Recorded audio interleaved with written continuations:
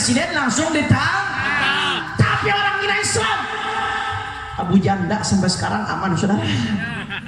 Saya nggak tahu kalau Abu Janda di Aceh udah apa yang terjadi dengan Abu Janda, saudara. Habis.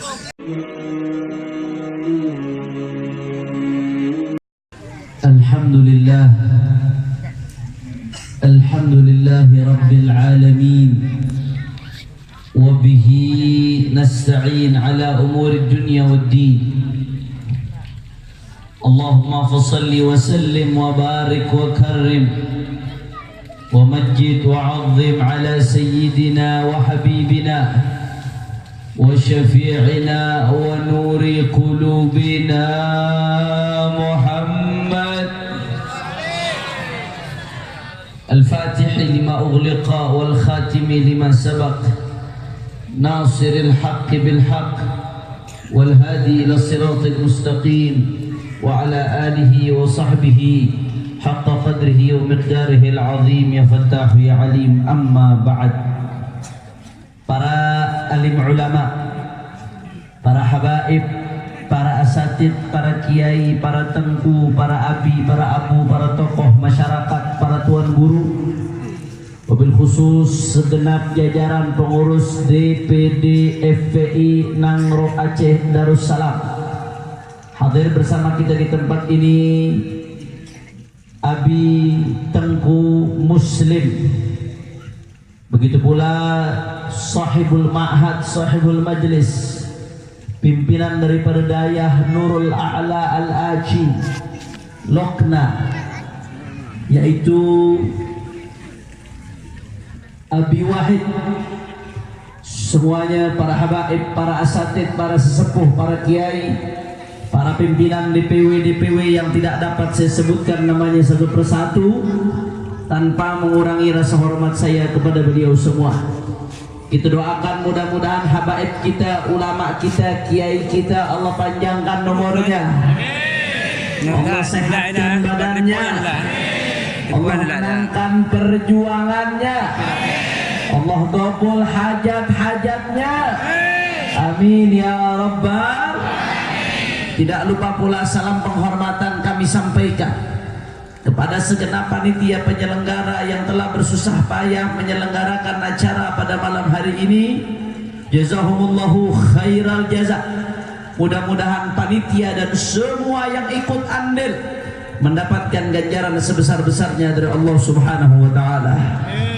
Dan salam penghormatan yang paling istimewa saya hadiahkan kepada hadirin hadirat, muslimin muslimat, mukminin mukminat yang hadir pada malam hari ini. Semua angkat tangannya, kita minta sama Allah, mudah-mudahan tidaklah kita keluar dari tempat ini kecuali semua dosa kita diampuni oleh Allah. Yang sakit Allah angkat penyakitnya, Allah sehatkan badannya. Semua yang hadir dilapangkan rezekinya, digabul hajat-hajatnya, amin ya rabbal alamin. Ahiba'il kiram, alhamdulillah, pada malam hari ini kita sama-sama berkumpul tidak lain dan tidak bukan untuk memperingati Maulid Agung baginda Nabi besar Muhammad sallallahu alaihi wasallam dengan tema satukan hati, satukan jiwa bersama prajurit pembela Rasulullah baginda Nabi besar Muhammad. Saudara, kita tidak bisa menyatukan hati dan satukan jiwa untuk menjadi prajurit Nabi kecuali kalau kita sudah betul-betul cinta kepada Nabi. Betul? Dan kita tidak akan tumbuh rasa cinta kalau kita tidak kenal siapa baginda Nabi besar Muhammad.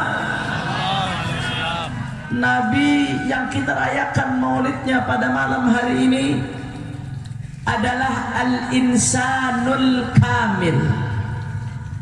Beliau manusia yang sempurna, saudara. Nabi yang kita rayakan maulidnya pada malam hari ini adalah basyarun la kal basyar. Beliau manusia, Pak. Beliau manusia, Bu. Tapi beda dengan umumnya manusia. Beda dengan manusia manapun, saudara. Bal huwa yaqutatun wan nasu kal hajar. Bahkan kalau diibaratkan, saudara, ketika Nabi dibandingkan dengan manusia yang lainnya, siapapun itu manusianya, setinggi apapun jabatannya, seluas apapun pengaruhnya, sedalam apapun ilmunya, kalau dibandingkan dengan baginda Nabi besar Muhammad sallallahu alaihi wasallam, ibarat Nabi itu adalah batu permata yakut yang mulia yang tiada ternilai harganya.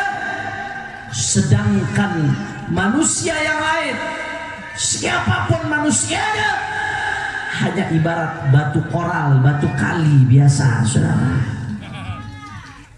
Berkontainer-kontainer batu koral, bahkan segunung batu kali sekalipun tidak ada artinya jika dibandingkan dengan sepotong batu permata yakut yang tiada ternilai harganya, saudara. Betul? Betul? Nabi yang kita rayakan maulidnya pada malam hari ini adalah seorang nabi yang andai kata semua ranting-ranting pohon yang ada di dunia dijadikan pena, kemudian air di lautan dijadikan tinta untuk menggambarkan kemuliaan Nabi, maka itu semua tidak akan cukup, saudara. Allahumma salli ala Muhammad, Allahumma salli ala Muhammad. Nabi yang kita rayakan maulidnya pada malam hari ini adalah seorang nabi, saudara, yang diungkapkan oleh seorang syair, wa ajmalu minka lam tara qattu aini wa ahsanu minka lam talidin nisa'u khuliqta mubarra'an min kulli aibin ka'annaka qad khuliqta kama tasha'u. Allahumma salli ala Muhammad, Allahumma salli ala Muhammad. Wa ajmalu minka lam tara qattu aini. Ya Rasulullah, kok nggak ada yang jawab nih? Semakin kompak baca sholawat, semakin banyak rahmat yang turun pada malam hari ini. Amin. Amin. Sholawat itu gampang, Pak. Gampang tapi pahalanya besar. Walakinnahu yahtaju ila taufiq. Kata Abu Yazid Muhammad ibn Ali al-Maliki, walaupun sholawat itu gampang dan pahalanya besar, tapi yang bersolawat hanya orang-orang yang Allah pilih, saudara. Jangan sampai Anda termasuk orang-orang yang tidak Allah pilih ketika nama Nabi disebut tidak bersolawat kepada Rasulullah. Na'udzubillah, amin. Na'udzubillah min dzalik. Makanya diungkapkan dalam syair, wa ajmalu minka lam tara qattu aini. Ya Rasulullah, ya Rasulullah, mata ini ya Rasulullah tidak pernah melihat keindahan seperti keindahanmu ya Rasulullah.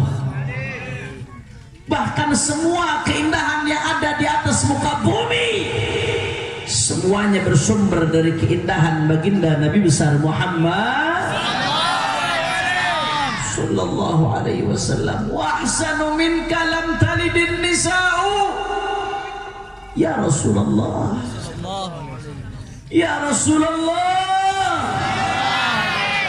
perempuan manapun di atas muka bumi, mulai dari zaman Siti Hawa sampai di hari kiamat, tidak pernah dan tidak akan pernah melahirkan seseorang yang lebih mulia darimu ya Rasulullah. Bahkan engkau sendiri yang mengatakan ya Rasulullah, di dalam hadismu engkau mengatakan, ana sayyidu waladi Adam wala fakhr, Adam wa man dunahu tahta liwa'i yaumal qiyamah. Nabi Muhammad mengatakan dalam hadisnya, saudara, Ana sayyidu waladi Adam. Aku pemimpin anak cucu Adam. Siapapun mereka, aku pemimpinnya. Aku yang tertinggi, wala fakhr. Aku ungkapkan itu bukan untuk sombong-sombongan, bukan untuk takabur, bukan untuk kibria, tapi aku ungkapkan itu supaya kita sebagai umatnya tahu siapa nabinya, Nabi besar Muhammad. Adam wa man dunahu tahta liwa'i yaumal qiyamah. Kata Rasulullah, Pak Bu, nanti di hari kiamat Nabi Adam dan semua nabi-nabi semuanya berada di bawah bendera baginda Nabi besar Muhammad. Mudah-mudahan kita semua dibangkitkan di bawah bendera Rasulullah. Amin ya rabbal. Khuliqta mubarra'an min kulli aibin. Ya Rasulullah, manusia siapapun dia pasti ada kekurangannya, betul? Sepintar apapun orang pasti ada kekurangannya, betul? Secerdas apapun orang pasti ada kekurangannya, betul? Sehebat apapun orang pasti ada kekurangannya, betul? Semua manusia pasti ada kekurangan. Illa anta ya Rasulullah, kecuali engkau ya Rasulullah. Khuliqta mubarra'an min kulli aibin. Engkau diciptakan tidak ada kekurangan ya Rasulullah. Engkau sempurna, yang ada padamu hanya keindahan ya Rasulullah. Engkau berbeda ya Rasulullah. Jangan disama-samakan saudara. Kalau manusia lainnya begitu mengantuk, umumnya manusia akan menguap, betul? Saya Anda kalau mengantuk kita akan menguap, itu normal manusia. Tapi beda dengan Nabi Muhammad. Nabi Muhammad, Pak Bu, perlu Anda ketahui, bagian dari kesempurnaan Rasulullah mata ta'aba qattu. Semenjak Nabi lahir sampai beliau wafat, Rasulullah tidak pernah sekalipun menguap, saudara. Allahumma salli ala Muhammad. Wah, sampai di situ. Kalau kita umumnya manusia begitu kita tidur, maka mata kita tidur dan hati kita juga tidur, saudara. Betul? Betul? Buktinya kalau kita lagi tidur diajak ngobrol, paham atau tidak? Nggak paham. Kenapa? Karena hati kita ikut tidur. Tapi Nabi Muhammad beda. Nabi Muhammad beliau sendiri yang mengatakan, tanamu ainaya wala yanamu qalbi. Mataku boleh tidur, kata Nabi, tapi hatiku tidak akan pernah tidur satu detik pun, saudara. Allahumma salli ala Muhammad. Bahkan saudara, kalau kita umumnya manusia, kita hanya bisa melihat apa yang ada di depan kita atau kiri kanan dengan melirik, betul? Bisa nggak manusia melihat ke belakangnya tanpa menengok, saudara? Nggak bisa. Saya sekarang melihat ke arah jamaah perempuan, saya nggak bisa melihat apa yang ada di belakang saya tanpa menengok. Itu umumnya manusia. Tapi Nabi Muhammad beda, Pak Bu. Nabi Muhammad beliau sendiri yang mengatakan, arakum min khalfi kama arakum min amami. Aku melihat kalian dari belakangku sebagaimana aku melihat kalian dari depanku, saudara. Allahumma salli ala Muhammad. Beda Nabi Muhammad. Bahkan Pak Bu, yang lebih dahsyatnya lagi, kita umumnya manusia biasanya pasti pernah dihinggapi lalat, betul? Ada di sini yang dari kecil sampai besar belum pernah dihinggapi lalat sama sekali? Nggak ada, saudara. Umumnya manusia sebagus apapun rumahnya, sebersih apapun dia, pasti pernah dihinggapi lalat, saudara. Tapi Nabi Muhammad beda. Nabi Muhammad semenjak beliau lahir sampai beliau wafat, sudah tidak pernah sekalipun lalat hinggap di kulit beliau, saudara. Kenapa kok demikian? Karena al-kainat, alam semesta, semuanya tahu siapa Nabi Muhammad. Ini manusia suci, bukan manusia biasa. Termasuk lalat, Pak, tahu. Kalau pakai bahasa manusia, lalat itu tahu diri. Kata lalat, saya biasa hinggap di tempat kotor, sedangkan ini manusia suci. Aku tidak pantas untuk hinggap di kulitnya Rasulullah. Sampai lalat pun beradab, berakhlak kepada baginda Nabi besar Muhammad. Nggak ada habisnya kalau udah bicara tentang kemuliaan Rasulullah, adanya kesempurnaan, saudara. Jangankan 1-2 jam saya ceramah, andai kata kita punya umur 1000 tahun untuk berbicara tentang kesempurnaan Nabi, maka 1000 tahun itu tidak akan pernah selesai, saudara. Luar biasa kesempurnaan demi kesempurnaan, kamal ba'da kamal, jamal ba'da jamal, jalal ba'da jalal.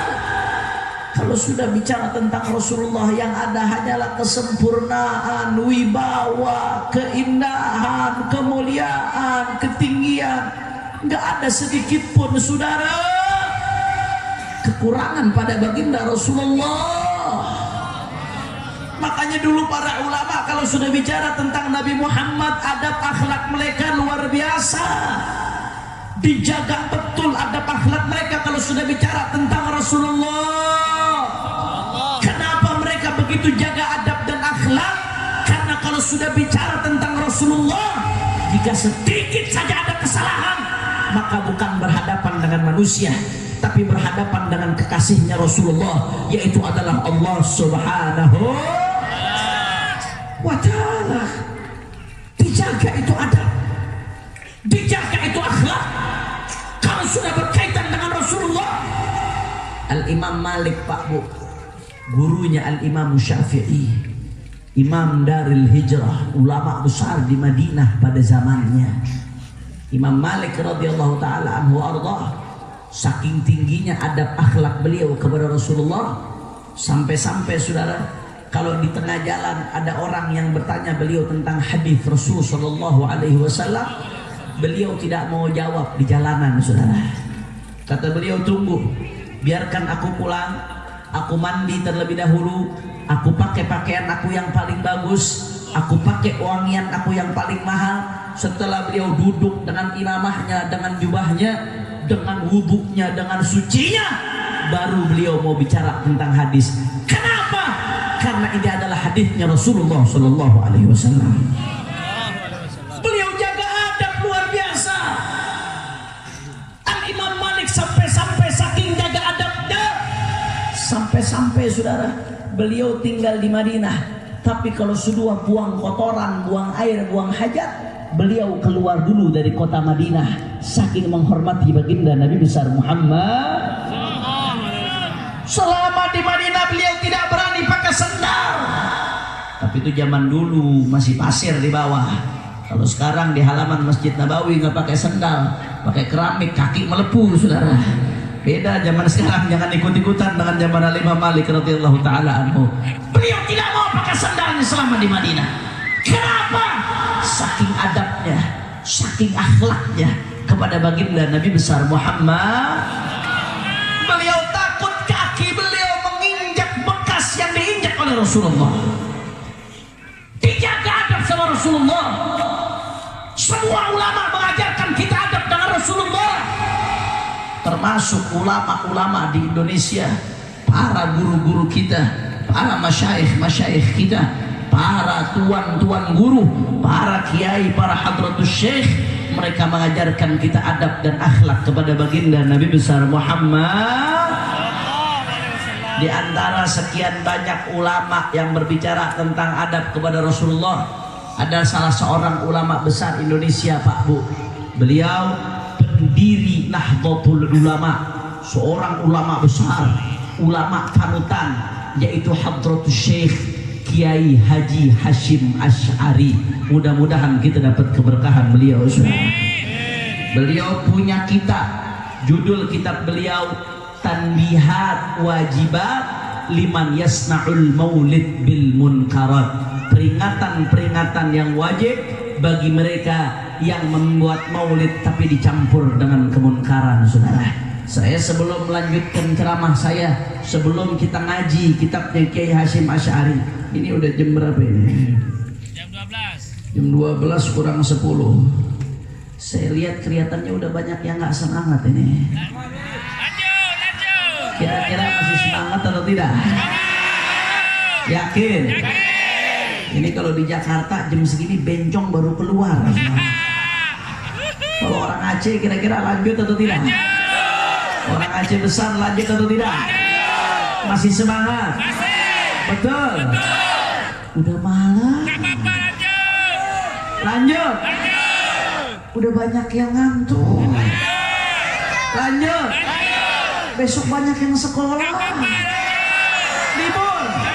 Lanjut. Masih semangat. Betul. Saya dengar Aceh semangat. Dimana semua angkat tangannya. Takbir. Takbir. Takbir. Sallu ala Nabi. Allahumma salli wa sallim wa barik alaihi wa ala alihi. Saudara, di antara ulama yang mengajarkan tentang adab kita kepada Rasulullah adalah Kiai Haji Hashim Asy'ari, pendiri Nahdlatul Ulama. Beliau punya kitab dengan judul Tanbihat Wajibat Liman Yasna'ul Maulid Bil Munkarat. Peringatan-peringatan yang bersifat wajib bagi mereka yang mencampur adukan maulid dengan kemunkaran. Kenapa beliau bisa ngarang kitab ini, saudara? Karena beliau melihat di zaman beliau, di dulu zaman Kiai Hashim Asy'ari, apalagi zaman sekarang. Di zaman Kiai Hashim Asy'ari, beliau melihat ada orang-orang yang mengadakan Maulid Nabi. Maulid Nabi ini acara suci, betul? Karena tentang baginda Nabi besar Muhammad sallallahu alaihi wasallam. Maulid Nabi itu acara suci, tapi ada orang-orang yang mengadakan Maulid Nabi, kesuciannya dinodai dengan kemunkaran, saudara. Di antara contohnya apa yang disebutkan Kiai Hashim Asy'ari, ada sebagian orang yang mengadakan Maulid Nabi, akan tetapi saudara, ikhtilat, campur aduk laki dengan perempuan duduknya. Saya mau tanya, yang seperti itu ada atau tidak? Ada atau tidak? Itu namanya menodai kesucian Maulid Nabi, saudara.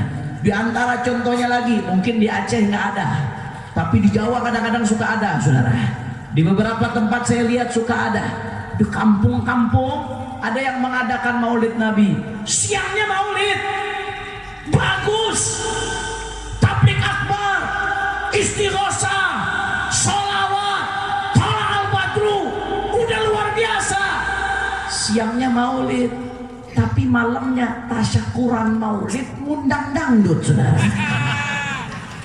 Begitu dangdutnya dangdut koplo lagi. Punya. Sudah, orang yang ngadain Maulid tapi ngundang dangdut, ibarat wudhu pakai air kencing. Kurang kompak pakai air kencing. Keras pakai air kencing. Saya mau tanya, wudhu pakai air kencing suci atau najis? Kurang kompak, suci atau najis? Bersih atau kotor? Bersih atau kotor? Niatnya baik, mau wudhu tapi pakai air kencing, saudara. Yang tadinya pengen suci malah jadi yang pengen dapat pahala malah dapat dosa. Begitu juga ngadain Maulid, niatnya bagus, ngadain Maulid bergembira dengan kelahiran Nabi, tapi ngadain Maulidnya malah dengan cara-cara yang mengundang kemurkaan Allah Subhanahu wa taala. Na'udzubillah min. Oleh karena itu, saudara, karena sebab ada orang-orang, ada pihak-pihak yang mencampur adukan Maulid dengan kemunkaran, karena sebab ini akhirnya Kiai Hashim Asy'ari mengarang kitab Tanbihat Wajibat Liman Yasna'ul Maulid Bil Munkarat. Alhamdulillah. Saudara, saya nggak mau bahas semuanya. Di dalam kitab ini ada asyratan biha, ada 10 peringatan, saudara. Kalau saya bahas semuanya, namanya bukan ceramah, tapi ngaji, saudara. Nanti bisa 2 hari itu, kira-kira sanggup atau enggak 2 hari? Yakin? Betul. Ente sanggup, anda pulang tidur, saudara. Itu pikir anda robot selama 2 hari. Masya Allah, berarti jamaah semangat, mudah-mudahan semuanya diberkahi oleh Allah Subhanahu wa Ta'ala. Amin ya rabbal alamin. Saudara, saya nggak mau bahas semuanya, tapi saya ingin bahas salah satu peringatan Kiai Hasyim Asy'ari yang penting, yang ada kaitannya dengan pembahasan yang kita kaji pada malam hari ini, yaitu adab di dalam menyebutkan baginda Nabi besar Muhammad, yaitu at-tanbihut tasi', peringatan yang ke-9. Di peringatan yang ke-9 ini Kiai Haji Hasyim Asy'ari menukil dari Al-Imam Subki, sahibu Jam'il Jawami', yang ngarang kitab usul fikih Jam'ul Jawami', Al-Imam Subki Tajuddin Abdul Wahhab bin Taqiyuddin Ali bin Abdul Kafi As-Subki. Al-Imam Subki dalam kitabnya Tausyih, beliau menukil lagi dari Al-Imam Syafi'i.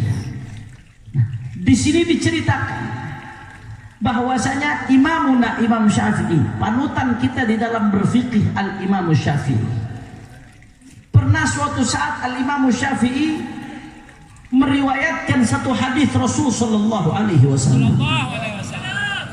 Hadisnya hadis populer, Pak. Hadis populer, Bu. Hadis yang jangankan di kalangan ulama, di kalangan orang awam pun hadis tersebut populer. Hadis tentang apa?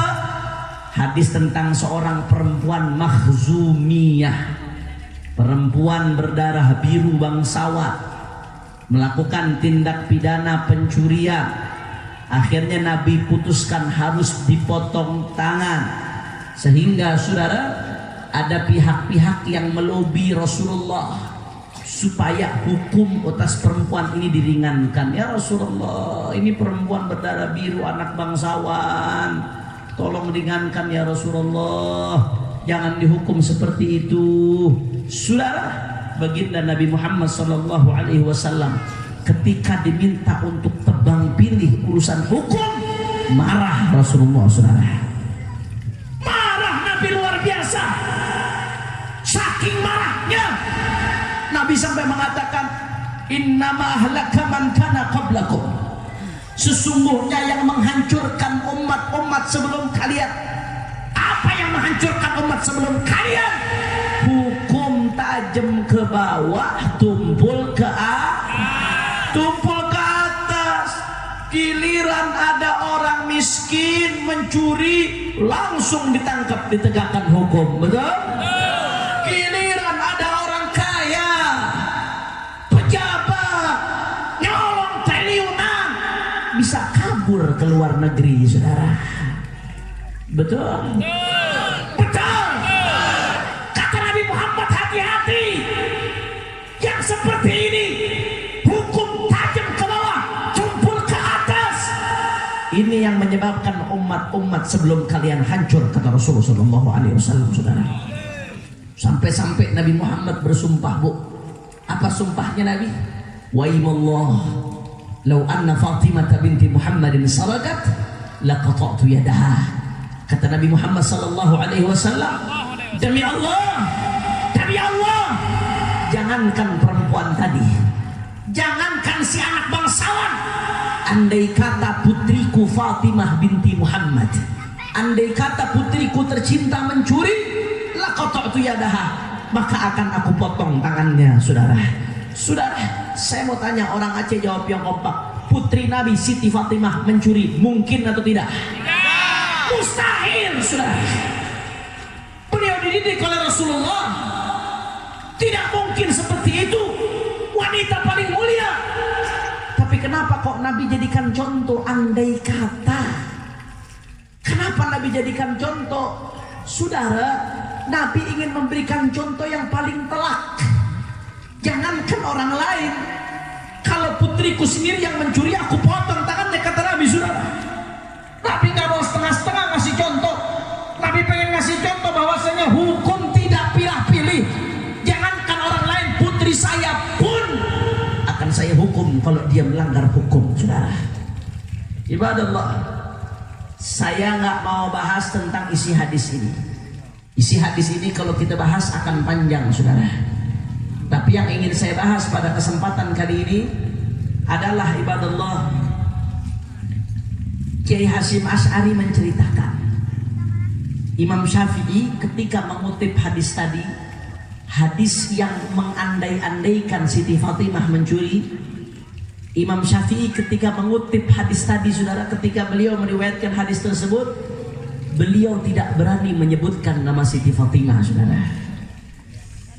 Beliau nggak berani sebutkan hadis yang bunyinya lau anna Fatimah binti Muhammad saragat, andai kata Fatimah binti Muhammad mencuri. Hadis ini terkenal, tapi Imam Syafi'i ketika meriwayatkan hadis tersebut, saudara, beliau tidak berani menyebut nama Siti Fatimah dalam konteks mengandai-andaikan beliau mencuri. Dirubah sama Imam Syafi'i, lau anna fulanah sarakat, andai kata fulanah mencuri. Sudah, Imam Syafi'i merubah-rubah hadis dong, mengganti-ganti hadis dong. Bukan, maksud Imam Syafi'i bukan itu. Imam Syafi'i sudah tahu. Andai saya nggak sebutkan pun orang sudah tahu siapa perempuan dalam hadis ini, saudara. Tapi Imam Syafi'i tidak berani menyebutkan nama Siti Fatimah. Kenapa? Karena adabnya beliau sama Rasulullah, adabnya beliau sama Siti Fatimah Az-Zahra. Beliau tidak berani menyebutkan Siti Fatimah dalam konteks negatif, walaupun ayahnya sendiri menyebutkan, saudara. Ibadallah, kata Al-Imam Subki, apa yang dilakukan oleh Imam Syafi'i tidak berani menyebutkan nama Siti Fatimah dalam hadis tadi, itu adalah bentuk ta'zim dan adab beliau kepada Rasulullah. Adapun kalau Rasulullah menyebutkan, itu wajar. Kalau Nabi yang menyebutkan, pantas, karena Siti Fatimah putri Nabi. Tapi kata Imam Subki, kalau orang lain yang menyebutkan, kurang pantas. Makanya Imam Syafi'i nggak berani sebutkan. Kalau Nabi yang menyebutkan, wajar. Kalau orang lain yang menyebutkan seperti itu, kurang wajar. Saya kasih contoh. Guru kita Tengku Wahid, mudah-mudahan Allah berikan beliau panjang umur sehat walafiat. Abi Wahid ini punya daya. Beliau punya banyak murid, saudara. Tahu, mudah-mudahan Allah jaga beliau, insya Allah. Yang namanya manusia melakukan kesalahan kecil. Ketika beliau melakukan kesalahan, ayah beliau marah sama beliau. Ayah marah sama anak, wajar atau tidak? Anak dibentak-bentak sama ayah, wajar atau tidak? Wajar. Ayah sama anak, walaupun beliau sudah jadi ulama besar, di mata ayahnya tetap anak, saudara. Tapi kalau murid beliau marah-marah sama beliau, kira-kira bagus atau tidak? Kurang ajar atau tidak? Nggak ditimpuk sama laskar udah bagus, saudara. Makanya kata Imam Subki, kalau Nabi yang menyebutkan, Bu, wajar. Bahkan itu bagus, menunjukkan Nabi tidak tebang pilih dalam urusan hukum. Tapi kalau selain Nabi, ini yang membuat Imam Syafi'i kurang tidak mau menyebutkan nama Siti Fatimah dalam hadis tersebut, takut kurang adab dan kurang akhlak kepada baginda Nabi besar Muhammad. Saudara, Kiai Hasyim Asy'ari, pendiri Nahdlatul Ulama, setelah beliau mengutip hikayat ini, saudara, beliau mengatakan bahwasanya apa yang dilakukan oleh Al-Imam Syafi'i, apa yang dicontohkan oleh Al-Imam Syafi'i adalah aslun azim wa qudwatun hasanah, contoh yang baik, landasan yang harus dipegang. Itu adalah qudwah, itu adalah uswah, itu adalah contoh di dalam beradab dan ta'zim kepada baginda Nabi besar Muhammad. Makanya luar biasa, para ulama-ulama kita luar biasa. Mereka mengajarkan kita adab kepada Rasulullah, mereka mengajarkan kita akhlak kepada Rasulullah. Rasulullah. Tahu-tahu sekarang muncul ada makhluk, saudara. Dianggap kiai, dianggap ulama, ceramah di mana-mana sampai istana, tapi nggak ada akhlak sama Rasulullah. Apa dia katakan? Maulid Nabi itu biasa-biasa saja. Nabi waktu lahir nggak bercahaya. Paling lo bau kodok. Masya Allah, saudara. Kalau Maulid Nabi biasa-biasa saja, ngapain kita rayakan Maulid Nabi? Betul? Betul. Kita rayakan Maulid Nabi di mana-mana. Kenapa? Karena kelahiran Nabi luar biasa. Saya Pak Bu, di awal bulan Maulid kemarin, saya ceramah di Papua, ujung timur Indonesia. Hari ini saya ceramah di Aceh Besar, ujung barat Indonesia, saudara. Dari timur sampai ke barat. Acaranya apa? Acaranya Maulid Nabi, saudara. Artinya apa? Maulid Nabi luar biasa. Makanya dari desa ke desa, dari kota ke kota, semua merayakan Maulid baginda Nabi besar Muhammad sallallahu alaihi wasallam. Tahu-tahu ada yang mengatakan kelahiran Nabi biasa-biasa aja. Saya mau tanya, kurang ajar atau tidak? Kurang kompak, kurang ajar atau tidak? Ya, sampai di situ apa dia katakan? Nabi itu masih kecilnya rembes. Rembes itu artinya saudara ingusan, belekan. Kurang ajar, muka lu yang rembes. Belajar nyisir dulu, jangan ceramah. Betul? Betul. Bahkan gak sampai di situ, saudara. Apa dia katakan? Nabi itu masih kecilnya senengannya gembala wedus. Gembala wedus katanya. Itu andai kata dulu ada pohon jambu, maka Nabi akan nyolong jambu mungkin, saudara. Masya Allah. Apa ini? Gak ada akhlak sama Rasulullah. Saya sabar. Tunggu, nanti ada waktunya gigi 7, saudara. Takbir! Saudara, Kiai Hasyim Asy'ari, kita lanjut, setuju? Siap lanjut? Siap fokus? Saudara, Kiai Haji Hasyim Asy'ari lagi ngajarkan kita bagaimana Imam Syafi'i, jangankan hal yang gak ada, hal yang ada sekalipun, kalau merasa kurang pantas, mereka gak berani sebutkan, saudara. Apalagi yang tidak ada, diada-adakan. Gak punya akhlak sama Rasulullah, tidak punya adab sama Rasulullah. Saudara, saya heran ada orang yang hina Nabi. Tapi saya lebih heran lagi kalau penghina Nabi dijadikan idola, saudara. Betul? Dan yang jauh saya lebih heran lagi, penghina Nabi dibela mati-matian, saudara. Masya Allah. Kau merasa kiaimu disakiti, kau tidak terima, kau marah. Tapi Nabi Muhammad dihina, kau diam saja, kau biasa saja. Di mana cintamu kepada Nabi Muhammad sallallahu alaihi wasallam? Saudara, ibadallah, saudara. Ada yang mengatakan kepada saya, Habib, tapi kan itu muafik udah minta maaf, itu sudah minta maaf. Kira-kira jawab atau jangan? Jawab atau jangan? Kapan jawabnya? Udah malam. Masih semangat? Betul. Allahumma sholli ala Muhammad. Saudara, ibadallah, kalau ada orang menghina Nabi, maka kita nggak punya hak untuk memaafkan, saudara. Betul? Betul? Andai kata, Bu Pak, perhatikan baik-baik. Andai kata ada orang menghina saya punya hak untuk maafkan.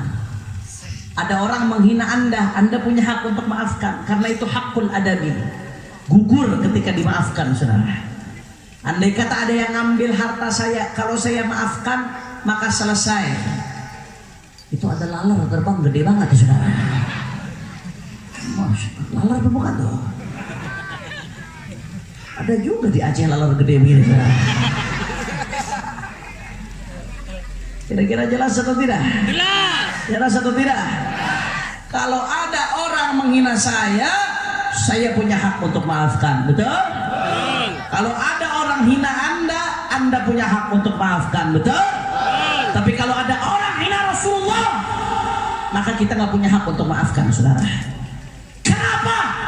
Karena penghinaan Rasulullah adalah kembali kepada hak Allah Subhanahu. Kita nggak punya hak untuk memaafkan. Lantas bagaimana Habib hukumnya? Silahkan buka kita di dalam kitab As-Saiful Maslul, Alaman Sabbar Rasul, karya Al-Imam Subki.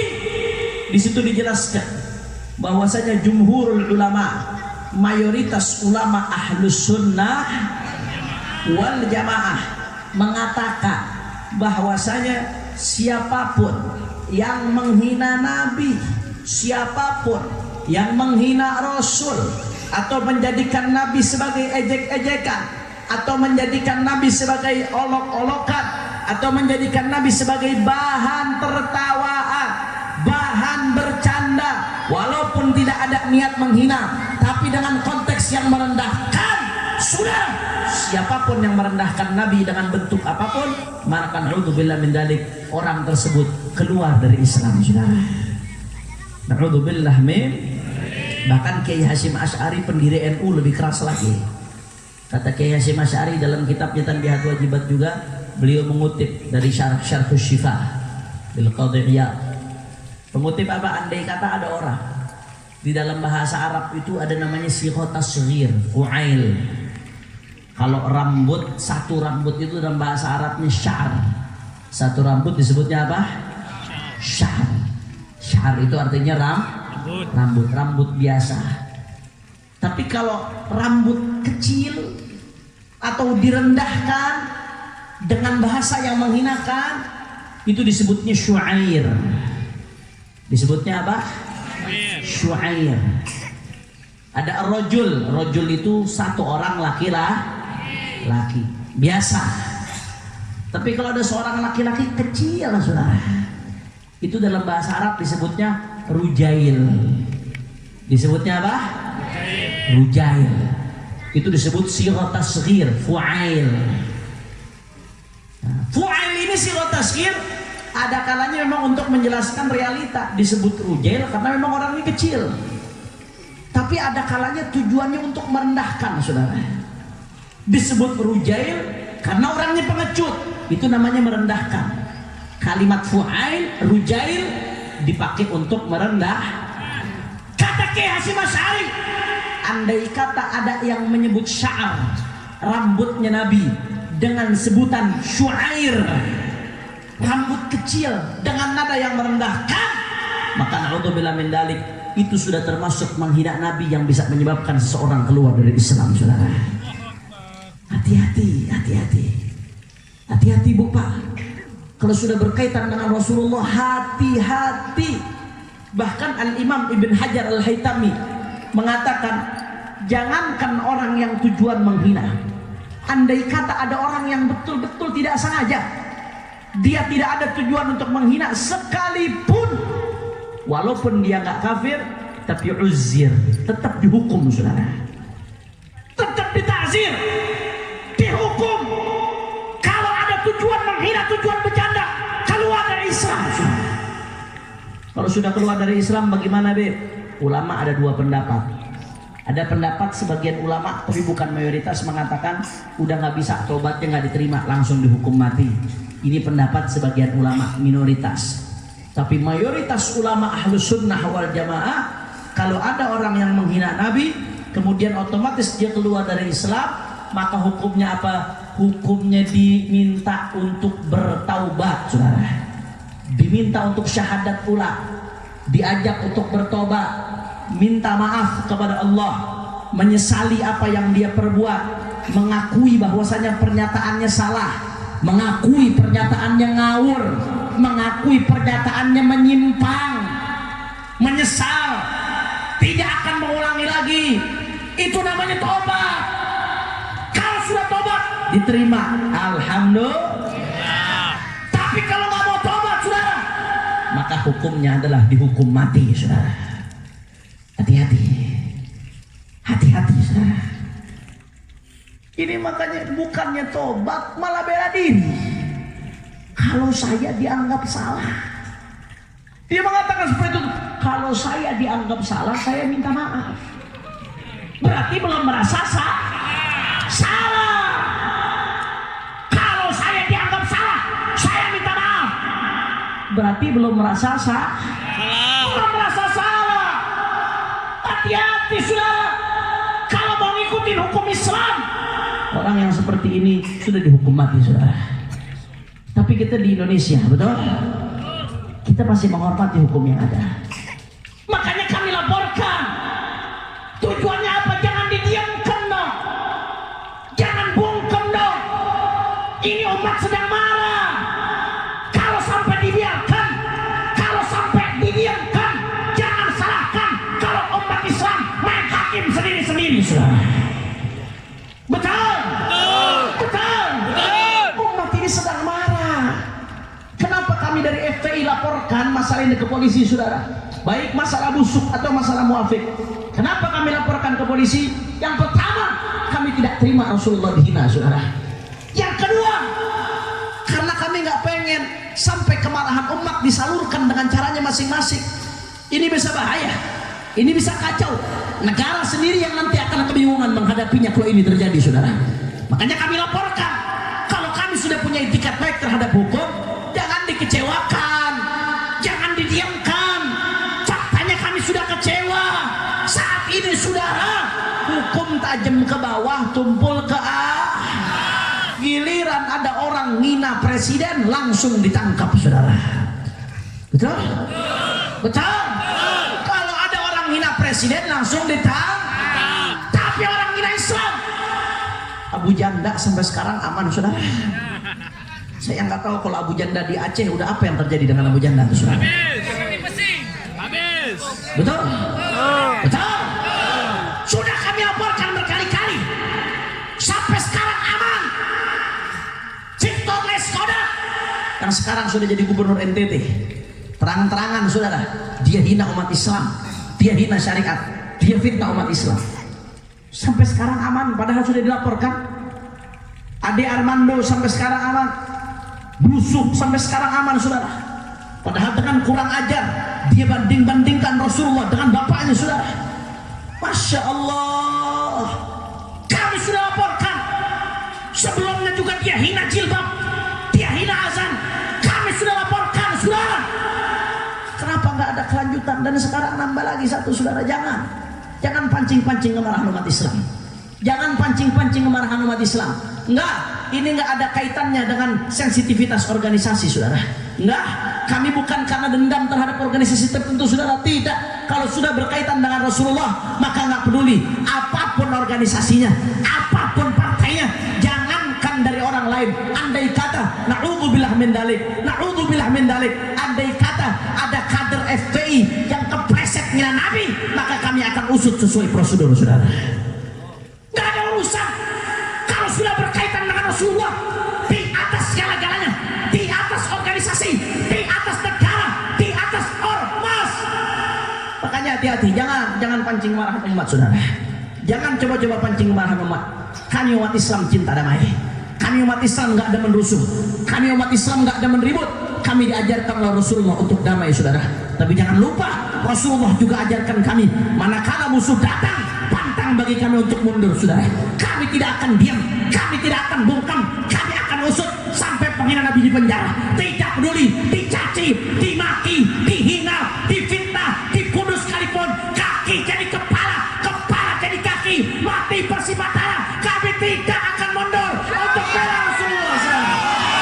Allahu Akbar, Allahu Akbar, Allahu Akbar. Oke, saya mau tanya rakyat Aceh, kira-kira kalau sampai Rasulullah dihina, rela atau tidak? Rela keras kalau Rasulullah dihina, rela atau tidak? Tidak. Nabi Muhammad dihina, rela atau tidak? Tidak. Kalau Islam dihina, rela atau tidak? Tidak. Kira-kira kalau sampai penghina Nabi tidak dipenjara, rela atau tidak? Tidak. penghina Nabi tidak dipenjara, rela atau tidak? Siap seret penghina Nabi ke penjara. Siap tuntut agar penghina Nabi dipenjara. Nanti takutnya ente yang dipenjara. Lawan.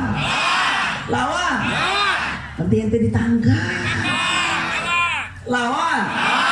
Nanti ente dibuang ke laut. Lawan. Yakin. Betul. Sudah. Demi Allah, bagi kami lebih baik kami mati daripada dia melihat Nabi Muhammad dihina. Allahu Akbar. Allahu Akbar. Allahu Akbar. Sallu ala Nabi.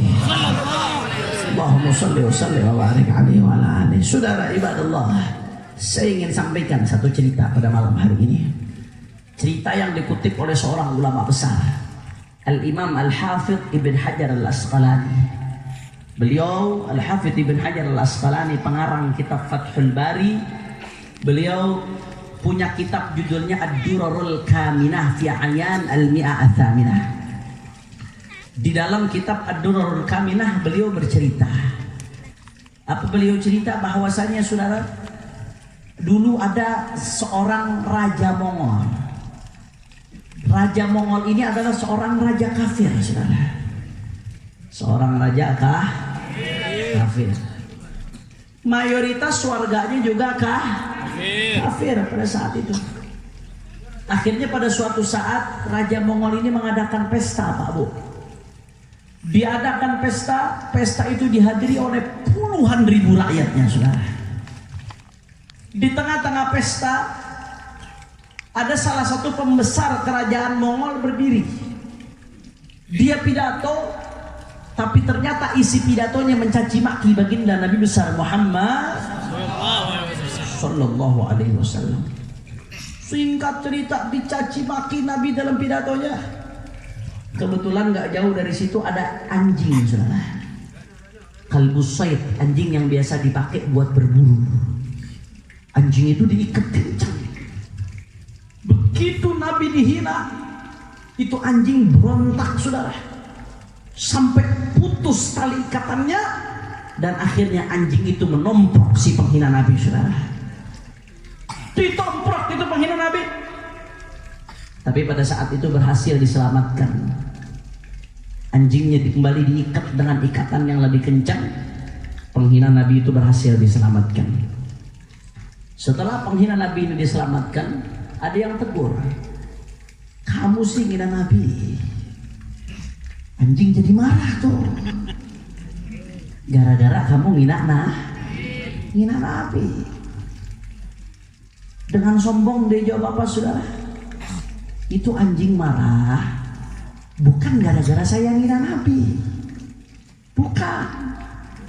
Anjing itu marah bukan gara-gara saya ngina Nabi. Tapi anjing itu marah gara-gara tadi waktu pidato saya nunjuk-nunjuk ke arah dia. Anjing itu punya insting bertahan, betul? Anjing kira-kira kalau kita datang, kita ledek-ledekin, kira-kira ngejar atau tidak? Ngejar, saudara. Saya pernah masih kecil digigit anjing, saudara. Makanya trauma-trauma digigit anjing masih ada. Gara-gara waktu saya masih kecil ngeledek anjing. Anjing itu punya insting bertahan. Dia dia nunjuk-nunjuk, gara-gara saya nunjuk-nunjuk, anjing itu marah. Gara-gara dia marah takut diserang, dia duluan yang nyerang saya. Jadi anjing itu marah bukan gara-gara saya ngina Nabi. Ngina Nabi nggak ada masalah, kata dia. Anjing itu marah gara-gara saya tunjuk-tunjuk. Dengan sombong dia katakan itu, saudara. Akhirnya singkat cerita, anjing diikat dengan ikatan yang lebih kencang lagi. Ini yang cerita bukan saya, yang cerita ulama besar Al-Imam Ibn Hajar Al-Asqalani. Anjing itu diikat dengan ikatan yang lebih kencang lagi, saudara. Kemudian si penghina Nabi tadi berdiri lagi, dia pidato untuk kedua kalinya. Di pidatonya yang kedua kali dia nggak kapok. Saya pikir dia kapok, ternyata dia tidak kapok. Dia terus menghina Nabi, dia terus mencaci maki Nabi, saudara. Dia pikir saat ini dia sudah aman. Dia nggak nunjuk-nunjuk lagi karena takut anjingnya marah lagi, saudara. Dia pikir sudah aman, dia hina, dia caci maki Nabi. Anjing yang diikat dengan ikatan lebih kencang, berontak itu anjing, saudara.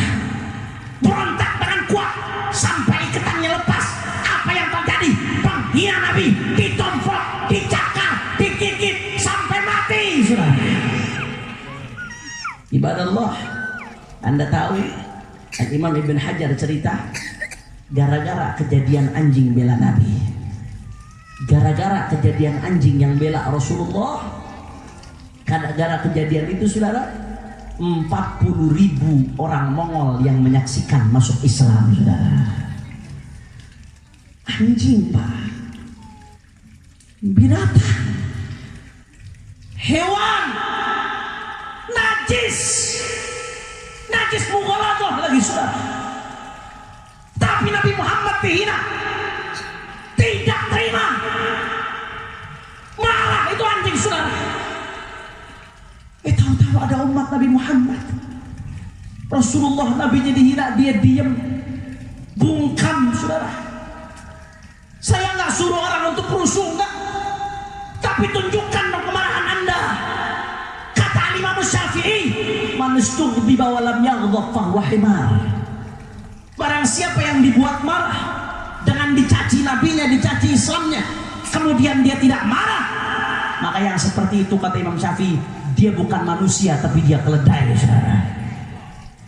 Tunjukkan kepedulianmu kepada Rasulullah, jangan diam, jangan bungkam, apalagi bela penghina Nabi. Saudara, catat baik-baik saudara, catat baik-baik bagi saya. Tapi Allah lebih baik saya jadi anjing yang bela Nabi daripada jadi manusia yang bela penghina Nabi saudara. Allahu Akbar, Allahu Akbar, Allahu Akbar. Makanya umat Islam jangan tinggal diam saudara. Sebelum penghina Nabi ditangkap, maka kita nggak akan tinggal diam saudara. Betul? Kalau umat Islam bergerak, umat Islam kompak, maka insya Allah penghina Nabi akan ditangkap saudara. Kenapa dulu Ahok bisa ditangkap? Padahal dia mendapatkan dukungan yang begitu kuat dari berbagai pihak yang sangat kuat saudara. Tapi kenapa kita bisa berhasil umat Islam? Karena kita umat Islam kompak. Begitu Al-Quran dihina, 7 juta umat Islam turun ke Jakarta saudara.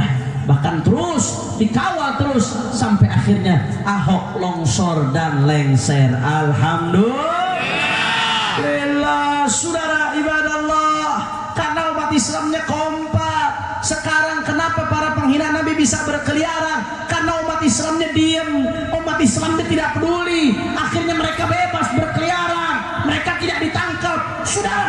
Manakala umat Islam kompak, maka mereka niscaya akan ditangkap saudara. Makanya saya mau tanya, kira-kira kalau sampai penghina Nabi tidak ditangkap, rela atau tidak? Kurang kompak, rela atau tidak? Rela atau tidak? Kalau ada panggilan aksi untuk bela Rasulullah, siap bela Rasulullah? Siap menjadi prajurit pembela Rasulullah? Siap menjadi laskar-laskarnya Rasulullah? Siap mati untuk Rasulullah? Allahu Akbar, Allahu Akbar, Allahu Akbar. Sallu ala Nabi. Itu yang pertama yang saya sampaikan pada kesempatan kali ini saudara. Kemudian yang kedua yang ini saya sampaikan pada kesempatan kali ini saudara ibadallah, tadi siang kita sama-sama berkumpul untuk aksi bela Uighur, betul? Uighur ini adalah salah satu suku Muslim yang ada di Turkistan Timur, saudara. Yang saat ini masuk wilayah RRC, Republik Rakyat Cina, karena dijajah oleh Cina. Dulunya bukan bagian dari Cina, tapi sekarang mereka menyatu menjadi bagian dari Cina. Saudara, saat ini mata dunia dipertontonkan dengan kebiadaban demi kebiadaban, dipertontonkan dengan penindasan demi penindasan, dipertontonkan dengan perlakuan-perlakuan yang lebih cocok untuk binatang daripada manusia, saudara. Bagaimana saudara-saudara kita Muslim yang ada di Uighur, saudara, mereka mendapatkan perlakuan yang begitu menyedihkan. Mereka banyak yang dipenjara, jutaan orang dimasukkan dalam camp-camp, tidak tinggal di rumahnya masing-masing, saudara. Mereka di bawah pengawasan ketat, tidak boleh ibadah, tidak boleh baca Quran, tidak boleh sholat. Hak-hak asasi manusia mereka dirampas, saudara. Bahkan istri-istri mereka yang di rumah-rumahnya masing-masing, mereka tinggal satu atap dengan orang-orang yang tidak punya agama. Dan istri-istri mereka banyak yang dilecehkan, banyak yang dihinakan, banyak yang diperkosakan, mereka banyak yang dianiaya. Bahkan info yang sampai kepada kami, sampai saat ini makin banyak korban yang berjatuhan. Saudara, ibadallah, ibadallah, ini sudah dilihat oleh dunia. Dunia menyorot masalah ini, tapi saya herannya sampai sekarang masih ada saja ormas-ormas yang belaga bodoh melihat apa yang terjadi di Uighur, ibadallah. Anda lihat, coba giliran ada satu orang kafir di Prancis, ada yang mati misalkan, ditembak oleh orang muslim, kita nggak benarkan menembak begitu saja tanpa ada sebab, nggak boleh saudara. Tanpa dalam keadaan perang nggak boleh kita bunuh orang kafir selama mereka dhimmi, nggak boleh kita ganggu saudara. Kita nggak benarkan. Tapi yang saya heran, giliran ada satu orang kafir mati, saudara, dunia rame. Save Faris, pray to Faris. Presiden mengucapkan, menteri mengucapkan, artis-artis semuanya mengucapkan, saudara. Anak-anak muda mengucapkan. Padahal cuma satu yang jadi korban. Kira ada orang Islam jutaan saudara diperkosa, dianiaya, ditindas, dirampas hak-haknya. Kemana para pejabat kita? Kemana para pejabat kita? Kemana itu artis-artis? Kemana televisi kita? Diam, bungkam. Masya Allah, saudara ibadallah. Andai kata ada satu saja duri menusuk salah satu umat Islam, maka Rasulullah merasakan sakitnya saudara. Maka bagaimana dengan jutaan saudara kita yang dianiaya, jutaan saudara kita yang ditindas? Anda pikir Rasulullah tidak sedih saudara? Anda pikir Rasulullah tidak sakit melihat itu? Kalau Rasulullah sakit sedih, lantas kita diam saudara, lantas kita bungkam saudara. Ibadallah, andai kata ada jalan untuk jihad ke sana, maka kita akan jihad ke sana, saudara. Takbir! Takbir! Tapi selama jalan itu belum ada, maka kita lakukan apa yang bisa kita lakukan, saudara. Makanya insya Allah tadi sudah luar biasa, rakyat Aceh turun menunjukkan kepeduliannya kepada saudara-saudara kita Muslim Uighur yang ada di Cina.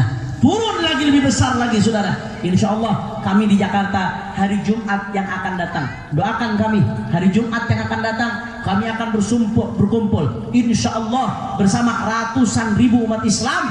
Kami akan kumpul, kami akan kepung kedutaan besar Cina saudara. Kami akan kumpul sampaikan aspirasi, aksi damai. Kami akan kepung kedutaan besar Cina bersama ratusan ribu bahkan jutaan umat Islam, biar dunia menyaksikan bahwasanya Indonesia sebagai negara umat Islam terbesar di dunia, rakyat umat Islam di Indonesia tidak diam dengan penderitaan saudara-saudara yang ada di Uighur saudara. Saya mau tanya, kira-kira siap bela saudara-saudara kita yang di Uighur? Siap lakukan apa yang bisa kita lakukan? Siap doakan mereka? Siap perjuangkan hak-hak mereka? Saudara, mereka adalah saudara kita.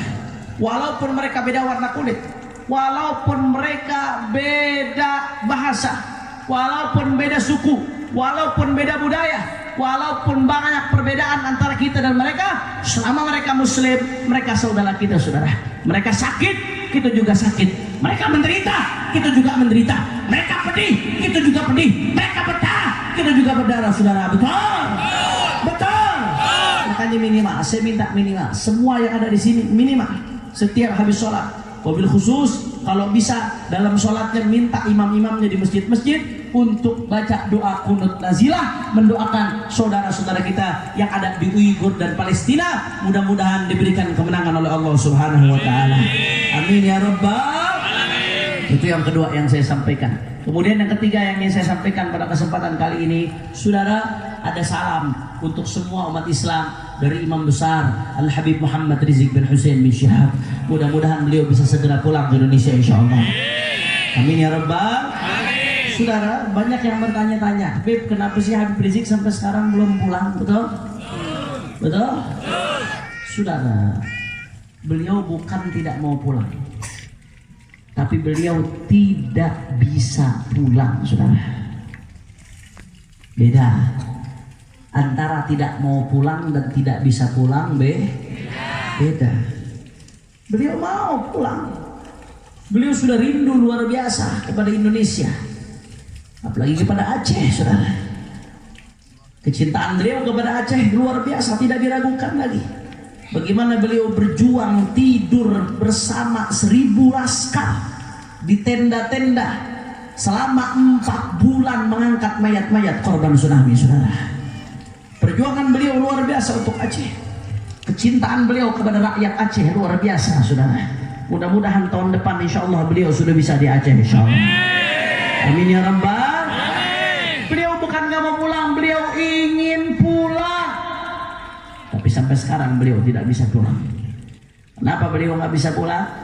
Karena saat ini status beliau dicekal, saudara.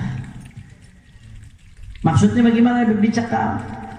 Dicekal tidak bisa keluar dari Saudi Arabia. Saya kemarin ketika musim haji, saya 3 bulan di Mekah menemani beliau. Saya tahu betul masalah yang beliau hadapi, saudara. Beliau 1,5 tahun yang lalu dicekal. Setelah ada SP3 kasus fitnah chat, setelah ada SP3, beliau umumkan SP3-nya hari raya Idul Fitri saat itu, saudara. Langsung setelah itu beliau dicekal, saudara. Beliau sudah mau coba keluar Saudi Arabia 3 kali, sampai 3 kali ganti tiket. Waktu itu tujuannya ke Malaysia untuk ujian doktoral S3. Setelah itu rencananya lanjut balik ke Indonesia, saudara. Sampai 3 kali beli tiket, sudah check in, tas sudah masuk bagasi. Tapi begitu beliau sampai ke imigrasi, saudara, ternyata nggak bisa melanjutkan perjalanan, dicekal statusnya. Beliau tanya, ini siapa yang cekal? Di imigrasi dijelaskan yang cekal itu pihak Mabahith Ammah Mukhabarat, pihak intelijen Saudi Arabia. Beliau datang ke kantor intelijen Saudi Arabia, saya dengar langsung dari beliau, saudara. Beliau datang, beliau tanya, kenapa saya dicekal? Apa problem saya? Apa masalah saya? Apa saya punya pelanggaran pidana, pelanggaran perdata, atau saya punya pelanggaran keimigrasian? Apa masalah saya sehingga saya dicekal? Mereka jawab apa, saudara? Kata mereka, Habib nggak punya salah. Habib semuanya formal, legal. Habib nggak ada salah. Terus kenapa saya dicekal? Habib dicekal atas permintaan intelijen dari negara Anda, saudara. Jadi itu keterangan dari mereka. Saya dengar langsung dari Habib Rizik, saudara. Silakan mau percaya mau nggak percaya silakan. Kita nanti yang akan bertanggungjawabkan di hadapan Allah Subhanahu Wa Taala, saudara. Ada apa ini? Ada apa? Saya heran. Ada orang-orang yang membolimi ulama sampai seperti ini, saudara. Ulama digolimi, habaib, cucu Nabi digolimi, saudara. Apa yang mereka cari? Dendam politik, cari jabatan, cari uang. Berapa tahun jabatanmu itu, berapa tahun? Setelah itu kau mati. Uang yang kau dapat berapa? Setelah itu kau dikubur nggak bawa uang. Apa yang kau cari? Kau tidak malu? Sekarang kau zalimi ulama waris Nabi, habaib anak cucu Nabi. Terus di akhirat kau minta syafaat sama siapa? Tidak malu kau? Makanya kita doakan, mudah-mudahan orang-orang yang zalim ini Allah berikan hidayah, insya Allah. Andai kata Allah sudah catat mereka nggak akan dapat hidayah, mudah-mudahan orang-orang zalim dihancurkan oleh Allah Subhanahu Wa Taala. Amin ya Allah. Amin ya Allah. Amin ya Allah. Ya Rabbal.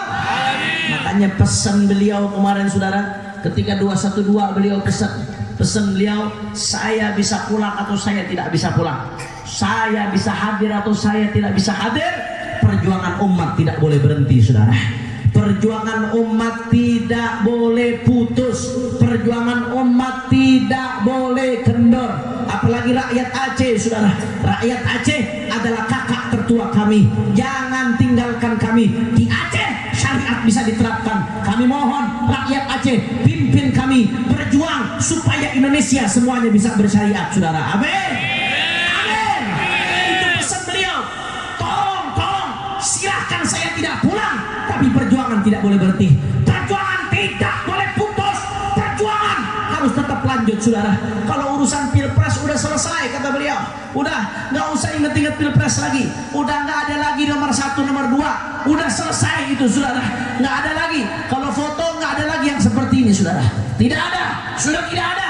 Terus bagaimana Habib? Sekarang saatnya kita kepalkan tangan saudara.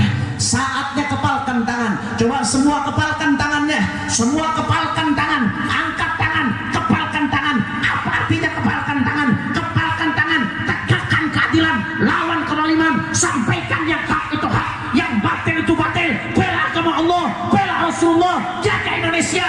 Jangan pernah mundur. Sampai tetes darah yang terakhir. Tidak pernah mundur. Untuk menegakkan agama Allah. Allahu Akbar.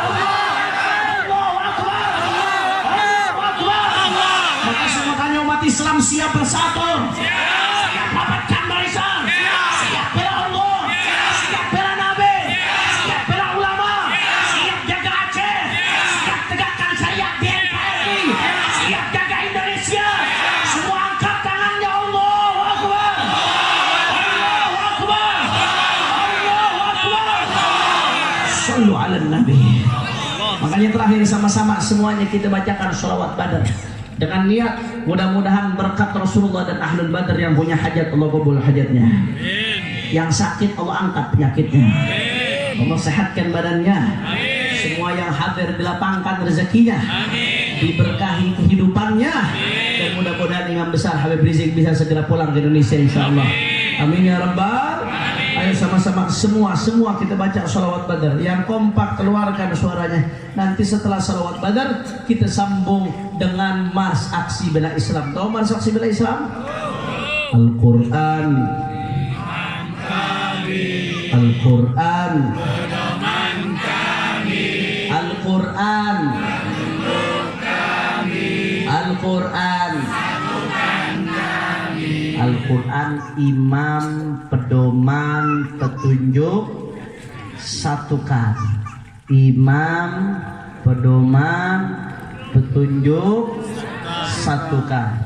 Setelah itu lanjut aksi bela Islam, aksi bela Islam, aksi bela Islam, Allah Allahu Akbar, aksi bela Islam, aksi bela Islam, aksi bela Islam, Allah Allahu. Nanti terakhir semuanya angkat tangannya. Allahu Akbar, Allahu Akbar, Allahu Akbar, Allahu Akbar, Allahu Akbar, Allahu Akbar, Allahu Akbar, Allahu Akbar. Bisa? Bisa. Bisa? Bisa. Kita mulai dengan sholawat Badar. Setuju? Setuju. Siap goncangkan Aceh Besar dengan sholawat Badar? Sholli ala Muhammad. Salatullah, salamullah ala Taha. Semua tetap duduk semuanya. Salatullah, salamullah ala Yasin Habibillah. Kurang keras. Salatullah, salamullah ala Taha Rasulillah. Salatullah, salamullah. Semua angkat tangannya minta sama Allah semua. Tawassalna bil hadi Rasulillah. Tawassalna bismillah wa bil hadi Rasulillah wa kulli mujahidin lillah bi ahlil bait ya Allah. Salatullah, salamullah ala Taha Rasul. Assalamualaikum ya Rasulullah. Salamullah.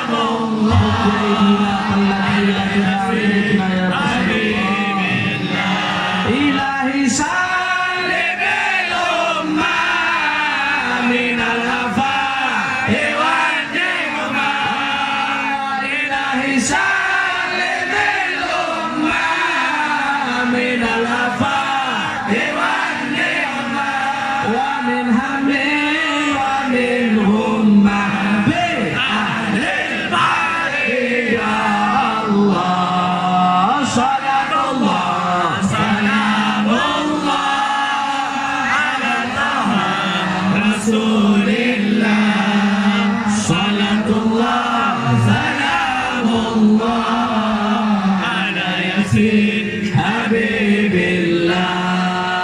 Al-Quran iman kami semuanya, Al-Quran